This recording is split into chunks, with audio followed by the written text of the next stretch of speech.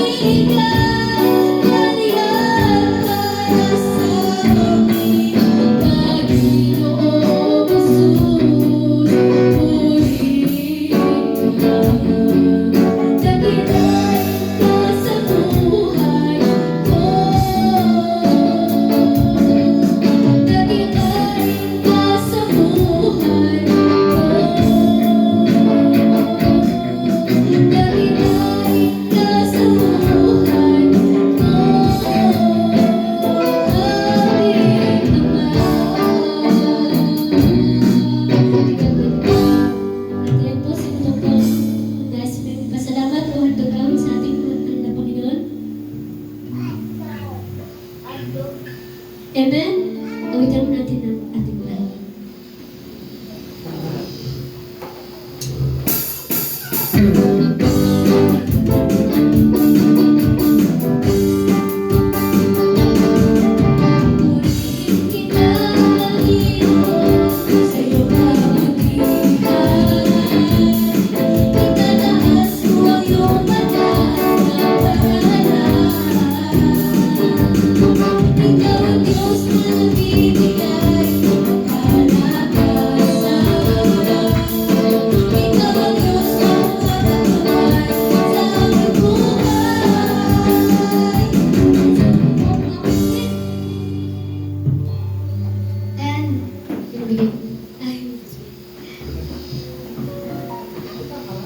Praise the Lord, hallelujah. Isang magandang umaga sa ating lahat mga kapatid, mga minahal.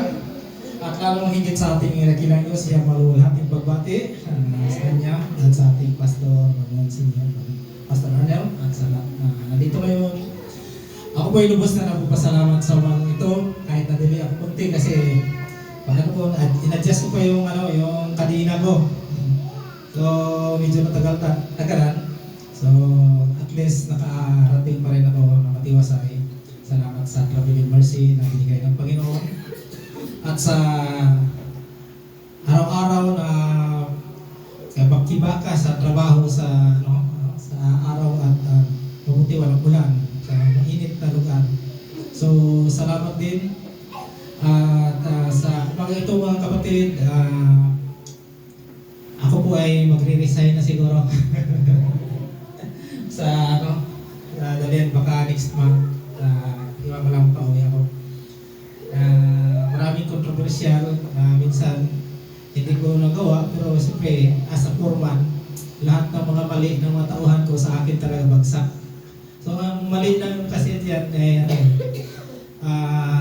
hindi kami kinakausap sa site, kundi doon mismo sa idrikta sa amo namin ang subo.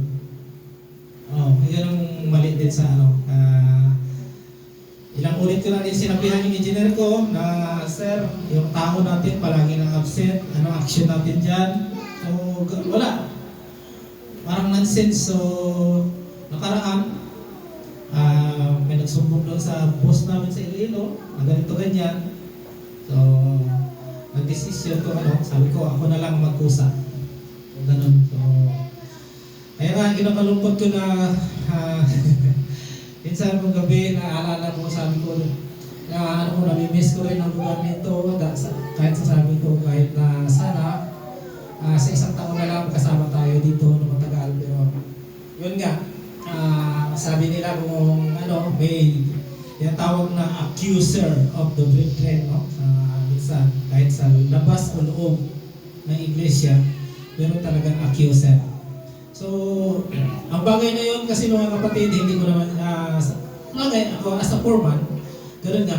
Pero hindi ko rin maiwasan kasi ang nangyari, na ang tao mo, binigyan mo ng isang task, binigyan mo ng assignment, then, bababa ka naman doon sa titingnan mo yung mga trabaho doon, pagbalik mo yung mga tao mo, nakaupo, nag-usap, nakumpuk-kumpukan. So, ganun nga ang nangyari mga kapatid. So, nakita ng supervisor doon ng management. Pinatawag doon na naman sa sinalubong ko sinuba. Ng tao mo doon, ganito, ganyan. Kaya nga, sabi ko talaga, yung mga tao na sa halip na tumatagal, lalong nagtatamad. Sabi ko ngayon, isa ng skill, gusto ko sana na, gawin na lang ulit na labor kasi hindi masahan kasi nakikita ng management ang trabaho sa halip na kunit ng kalahati isang araw kaya makabot pa ng 1, 2, 3 araw bago matapos. So ganun nga mga kapatid. So minsan nga ako na lang rin ang nagatrabaho, nag-alalay. Minsan nung nakaraan, kung naalala niyo, grabe ubo at sipon ko noon. At nung umawin ako dito, parang may bumara sa lamunan ko. Dahil instant kasi, yung tao ko tumatayo lang, sabi ko bakit sabi ko i-grind nyo yung wall na yan para So pagbalik ko ganun pa rin. So ako na lang kumuha ng grinder. saka tinabas yung wall. Kaya nung kinabukasan, ang sipon at ubo ko, sige, wala akong mask. Wala akong mask, so ganun nga nangyari, inubo ako. Kaya nga mga tapos sabi ng mga kasama ko, bakit ikaw ng mga ibang kontraktor, bakit ikaw dyan nag-grinder? Sabi ko, sige, okay lang. Yung kaya nga, sabi ko, tinatawag na, kumbaga sa yung, nakalimutan ko ang tawag na, lahat kayo damay, kahit hindi mo nagawa, pero damay ka as a leader, as a group, yung gano'n yung mangyari. So, gano'n din yan, collateral damage ang tawag. No? Kasi hindi mo ginawa, pero ikaw ang namumuno, so sali ka pa rin. Kahit sa lahat ng bagay, kahit sa mga angulo sa gobyerno, gano'n din yan nangyari. Sa ilalim mo gumagawa ng kabulastugan, tapos ikaw rin ang leader, ikaw rin ang gano'n yung mga kapatid. So, kinalungkot ko talaga, sabi ko, unahan ko na lang kaysa ako, gano'n pa lang nangyari dito, na sumbong dito, sumbong doon, na hindi man lang kami kinakausap, dapat kausapin mo na kung ano yun para masolusyonan. Kaya halos ang area na yung pintrabahoan namin tawag nito, kumplito na yung ilaw except sa mga interior na hindi man tapos. Yun na ang kulang namin. Lahat yun, naka-ilaw na, ganda na titingnan ko gabi. Kahit na sa so yun nga. Sa isang kunting bagay lang, hindi lang kasi yan isa, dalawang, tatlong business na nakita kasi the same person pa rin, isang tao pa rin na nakikita na So parang hinahanap sa akin, tuwing umaga, saan si Sabi ko dyan sir, nasayin ko, wala doon. Tinignan ko, wala na. Kaya nga sabi ko, bago nga, nakarating dito sa post namin, at naalala ko pala sabi ko sige lang, wala naman sinabing boss namin na pauwiin ako, pero ako na lang pusa kaysa ganyan pabalik-balik. Parang walang coordination, walang sinabi na sabihan ka na ganito, patawag kayo, ganyan. Para kung anong desisyon sa tao ko, pwede kong tanggalin, pero hindi ayaw din nilang tumanggal ng tao, transfer lang. So ganoon sana. Matagal ko na sana yung na transfer ang tao yun, kaso lang, walang tumanggap, walang tatanggap sa kanya. Ayun ang grupo. So dito, pinagsiyagaan ko na lang. So ako ang dali ngayon. So hindi lang naman ako ang isa alis, marami. Kaming taga Iloilo siguro. Pero iba next month pa. So kaya ang sabi nila, uwi rin kami po. Yeah, lahat tayo taga Iloilo, wala nang maiwan. Yung isa na lang siguro na namin, yung taga dito, yung mag-iwan. So kaya minsan, habang natutulog ako, sabi na may kapayapaan, di mahimbing yung tulog ko pag umaga. Pero kaso na may time talaga na sabi ko, mag-miss ko ang lugar nito. Nakikita ko kayo dito. Sabi ko, yun nga sila minsan magdasal ako mga kapatid na sana financially magkaroon tayo ng sapat na pera o minsan magpasyal din naman tayo dito. Yun nga ang hinahangad ko mga kapatid in God's will na matutupad sana yan. Ay kung siguro matransfer ako doon sa Siargao sa ibang kontraktor. Yan yung mga kapatid. Maraming doon. Pasurigaw na naman tayo. Din. May project din kami doon pero sa ibang namang area meron din. Kaya nga, sabi ko, sige lang. Ganun talaga ang buhay. Dahil meron nga dyan kanina, for example lang kanina, kanina nakausap ko rin yung isang foreman. Mayroon silang aplikante natulugan sa kahintay ng kanyang interview. So nadaanan, pinicturan, sinend doon sa company. Yun yung problema, hindi muna kinakausap yung foreman. Bakit natutulog?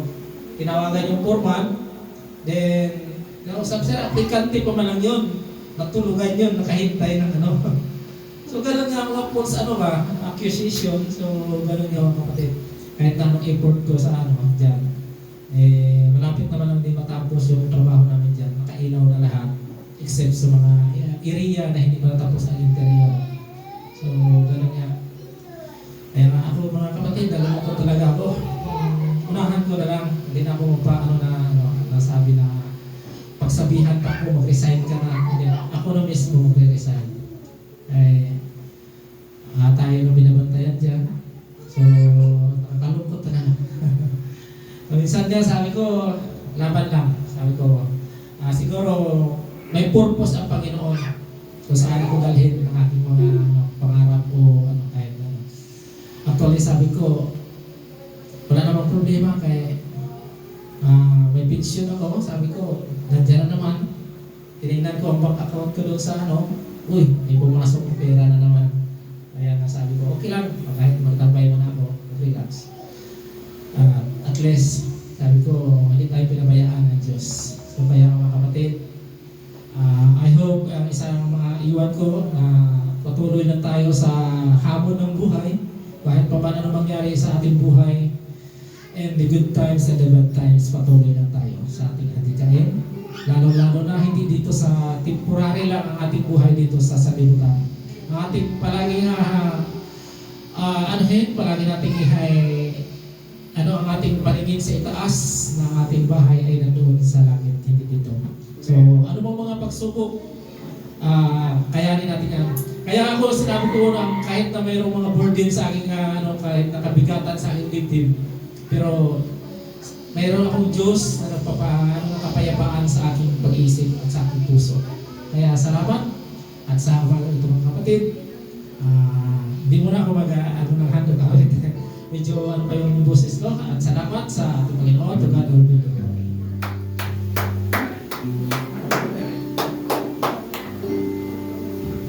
Amen. Mabuti pa rin po ang Diyos, mga kapatid. Siguro ng ating forman sa ating picture.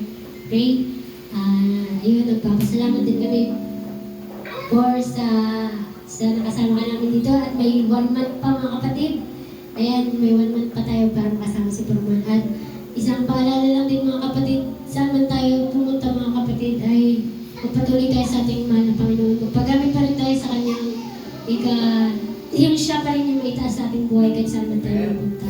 At sino pa po mga kapatid? Ayan.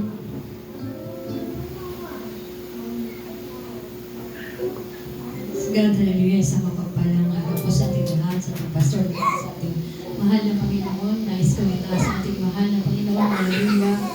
God's will now ng Diyos na sa sunod na linggo na makasama ko ang aking partner. Hallelujah. Nagpapasalamat ako sa Panginoon na nakarating yung mga anak ko sa Kuyo. Kasi nga, tinawagan sila ng tito nila na postgrad sa Kuyo na magbakasyon ng araw yung mga anak ko. Kaya purihin ng Panginoon at maluwalhati namang nakarating sila. At nagpapasalamat din ako sa ating mahal na Panginoon na dahil nga walang dalawa kong anak, nahirapan, parang nakumbinsi akong magmotor, hallelujah, at nagkaroon ng hindi maganda. Purihin ng Panginoon sa pag-iingat niya sa akin, hallelujah, at tinataas ko ang mahal na ating Panginoon sa oras na ito.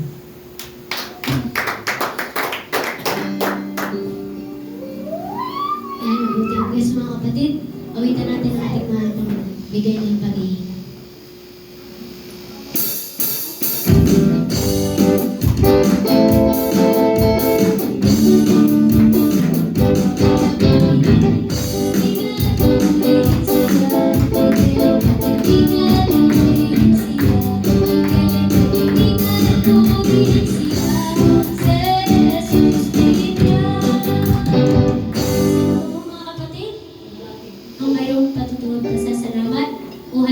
Sa ating mahal na Panginoon. Purihin natin ang ating mahal na Panginoon. Ayan, mabuti ang Diyos mga kapatid. Amen. At sino ko po?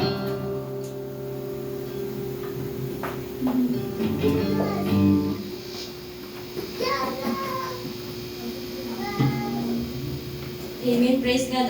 Diyos po ang mabuti sa araw na ito. Nagpapasalamat na ako sa ating mahal na Panginoon sa pag-iingat araw-araw, sa pag-provide ng mga needs namin sa araw-araw, sa pagpapalo at pagpapala ng ating Panginoon. Pinapasalamatan ko po siya sa kagalingan kasi nakaraan, nakakaramdam din ako ng yung pananakit ng katawan, tsaka yung parang patrangkasuhin. Salamat sa Kanya dahil sa katugunan ng aking panalangin. Nagpapasalamat din ako sa Lord sa kagalingan ng aking mga anak. Malakas sila, sobrang hyper. Sa tulong ng ating mahal na Panginoon. Handugan ko po siya ng awit sa uman ng pagkagising. Sa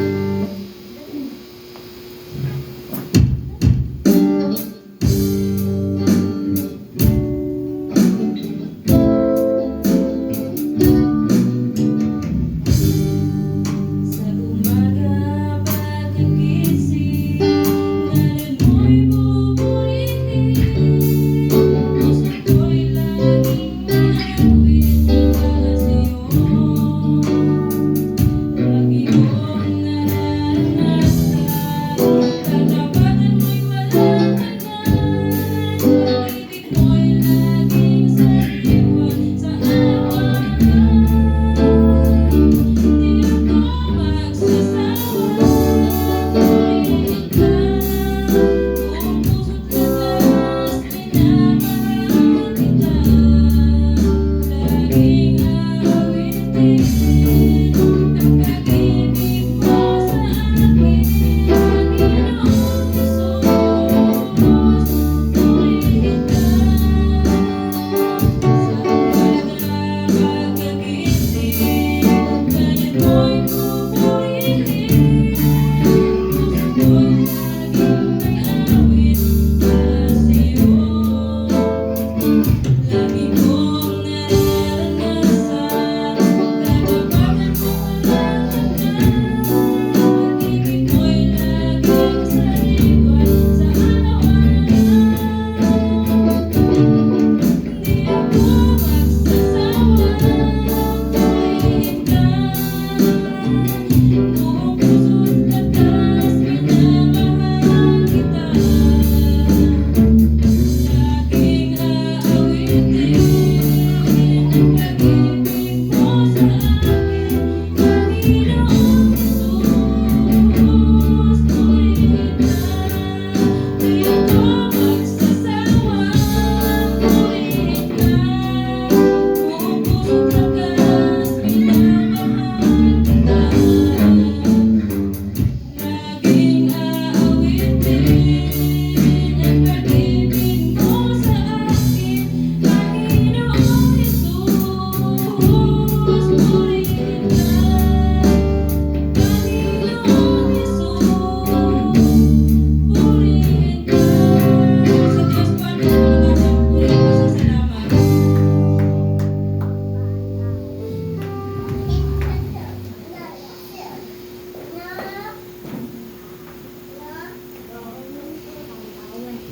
Ayan, sino pa po mga kapatid ang mayroong patutunan pa sa salamat?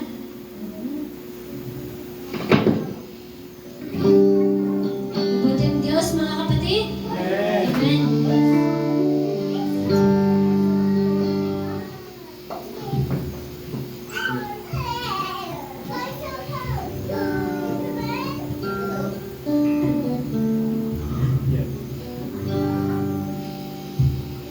Praise the Lord. Nagpapasalamat ako sa Lord sa kabutihan niya sa buhay ko. Salamat sa Panginoon sa paggabay niya. Sa duty, salamat sa pag-iingat niya sa akin. Maging sa financial, nagpapasalamat ako sa Lord. Lahat ng mga pangailangan ay tinutugon niya. Maging sa kagalingan, maraming salamat sa Panginoon. Salamat din sa trabaho ko. Salamat kahit na madalas na akong nalilate, pero hindi pa rin ako tinatanggal. So, ni-time talaga natanggalin ako. Kaya minsan kung kahit foreman, yun ang nangyayari sa kanya. Ako gusto ko tatanggalin, kaya lang hindi ko alam kung kaya pa ako tatanggalin talaga sa work ko. So, yun nga, kasi nga, may dahilan din. Kumbaga marami akong yung mga gawain ng Lord na gusto ko rin yung mga naranasan ng ating mga kapatid. So, parang kulang sa akin yung Sunday lang. Marami yung mga gawain na dapat nandun ako. Pero yan nga, siguro isa sa dahilan din yung trabaho. Kung sa iba dahilan, walang makain. So, yung sa walang damit, kaya hindi nakakatin. Sa akin yung dahil yung trabaho. So, kaya minsan sinasadya ko na rin na malit ako para ganun na mangyari. Kaya, pero hindi pa rin pagdating ng mga, minsan may mga problems sa duty namin. Ako pa rin yung tinatawagan ng mga, pinapahanap ako ng Lord.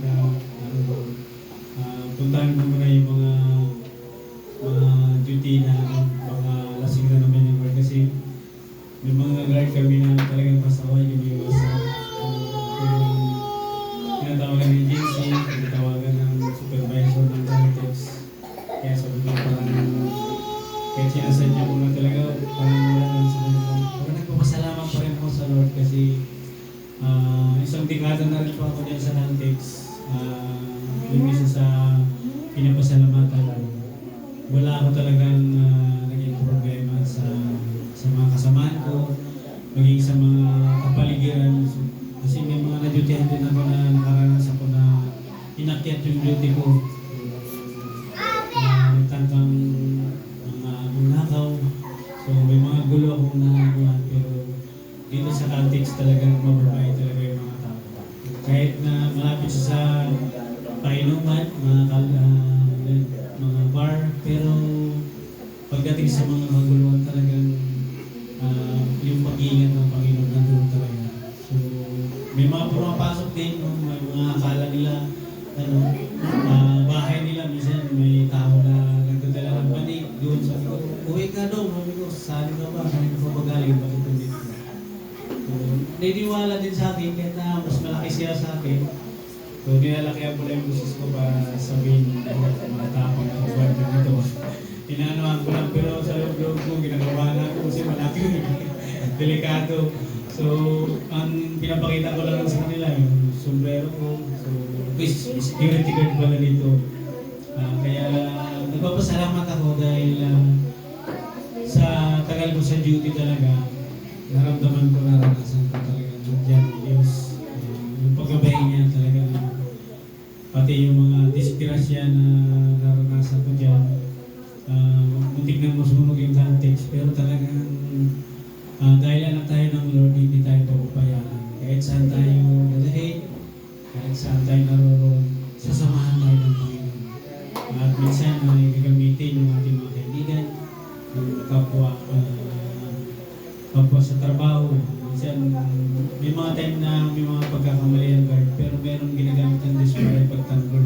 Sila yung ginagamit para ipagtanggol na sila yung ginagamit ng Lord. Kaya salamat talaga, napakabuti ng Panginoon. Siya talaga yung Diyos na hindi lang Diyos, kundi kaibigan pa natin. Kaya purihin, pasalamatan na pinapasalamatan ng Panginoon. Dawitan ko rin siya sa Come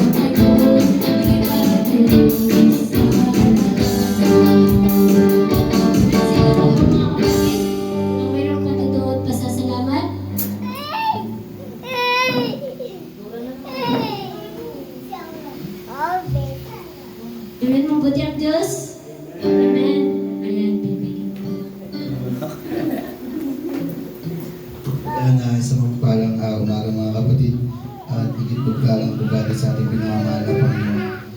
And nagpapasalamat daw ako mga kapatid sa gusto kong linggo na halos talagang sakit ng katawan, trakaso, pero salamat dahil hindi talaga ako nakatin ng nakaraang linggo. Nang sobra talaga sa ng pakiramdam, tapos yung mga lalamunan ay napakahirap magsalita. Pero salamat dahil sa trabaho, kahit na nandun yung briefing, talagang napakaingay ng makina. Kahit minsan napapahinto na ako sa pagsasalita. Pero nandun talaga yung tulong ng Panginoon ba na mairaos, matapos yung tour ng SAVE. Kaya pasalamat ako sa Panginoon, ganoon din sa aking pamilya, sa mag-ina ko na naiwan sa bahay, sa kanilang kalakasan, masiglang pangangatawan, lalo na dun sa mga bata. Kaya hanggang ngayon mga kapatid, nandun pa rin yung sakit ng katawan, sabi nga trangkaso, pero wala tayong magawa, kailangan bumangon para magtrabaho. Dahil ngayon hindi na lang yung sa akin yung pamilya yung napapakain, kasi may mga araw na akong mga inuumpisahan na maliit na babuyan, kaya talagang kailangan magtrabaho sa laki ng gastos. Kaya salamat ako sa Panginoon mga kapatid na yun pa man may sama pa rin yung pakiramdam, pero nandun na yung paggabay ng Panginoon ng kagalingan. Kaya sa Panginoon ko lang po itinataas ng pabulit pasasalamat.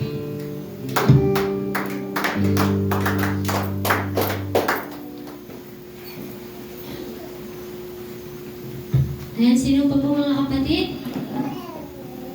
At kung wala na po mga kapatid, ibinibigay ko po yung panalangin sa ating Pastor Arnel. Let us pray. Lord, salamat Panginoon sa buhay na patuloy ng napakinggan. Sa dahil ito sa oras na ito, salamat muli sa awiting makalangit Panginoon. Namin napakinggan ito ng bigyan ng kalakasan kalos ng Panginoon sa bawat isa bilang isang mananampalataya Panginoon. Salamat. Talagang Panginoon na dagdagan mo pa Panginoon ng mga buhay na patutuwa sa aming buhay upang ito'y aming mapaging sambitin ng taas ng dahilan Panginoon. Salamat sa iyong pag-iingat sa bawat isa sa pangalan ni Jesus. Amen.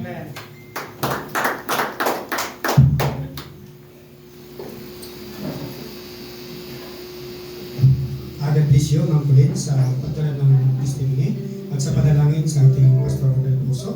Hallelujah. Isang malakas po na palakpak sa ating mga praise God. At tayo po'y patuloy sa banal na gawain ng ating pinakamahaling Panginoon. Tayo po'y narito na sa pagbibigay ng kasampung bahagi at handog nito po ay bahagi sa gawain ng ating pinakamahaling Panginoon.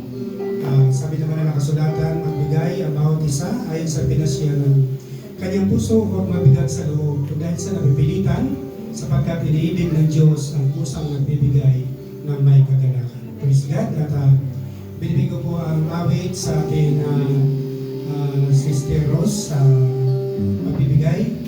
Habang po siya maawit, ibigay po natin na may galak ang ating mga kaloob. Praise God.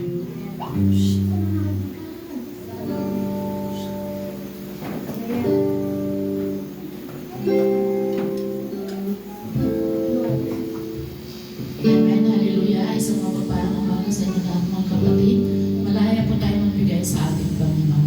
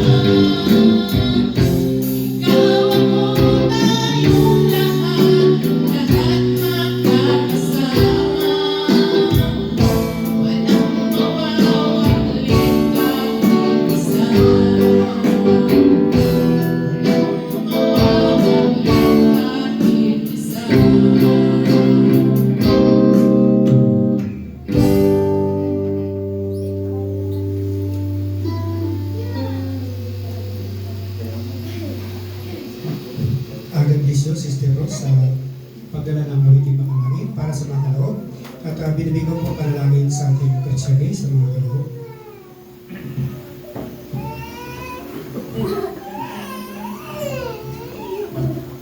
Ayan, dadang pa lang yan. Praise the Lord, hallelujah. Dakilang Diyos na mapagpagilan, salamat Ama sa mga ito. Salamat sa biyaya at pagpalang binigay mo sa bawat isang Panginoon. Narito muli, Panginoon, mga kapu at handog na aming inialay muli, Panginoon. Pagpalain mo at bawat isa, biyayaan po muli, Panginoon, na ang bawat isang Panginoon ay open up the windows of heaven, Panginoon, na ibuhos mo po ang iyong pagpapala sa bawat isang Panginoon, lalo-lalo na sa aming mga trabaho, Panginoon, sa dagat o sa lupa man, sa mga negosyo, sa mga working students, Panginoon, patuloy mong i-bless ang bawat isang Panginoon, upang sa muli kami po ay magpatuloy sa bigay ng aming handog ikapo, Panginoon, para sa iyong ministry, O God. Salamat po, Panginoon, sa mga ito. Patuloy mo po i-bless ang bawat isa. At akin po may balik ang magpapasalamat, pagpupuri sa iyong dakilang pangalan lamang po. And in the name of Jesus Christ the Lord, Amen and Amen. Amen. Isang malakas po na palakpak sa ating mga Panginoon. Hallelujah. At God bless you, praise you, sa panalangin sa mga kaloob. At tayo po ay narito na sa pinakmahalagang bagay, pakikinig po ng salita ng ating pinakamahalagang Panginoon. Handa na ba tayo makinig ng salita ng Diyos? Amen. Ulit bago yun, tayo po ay makarinig ng isang makalangit na awitin, binibigay ko sa ating mga young people, sa kanila po ang pagkakataon.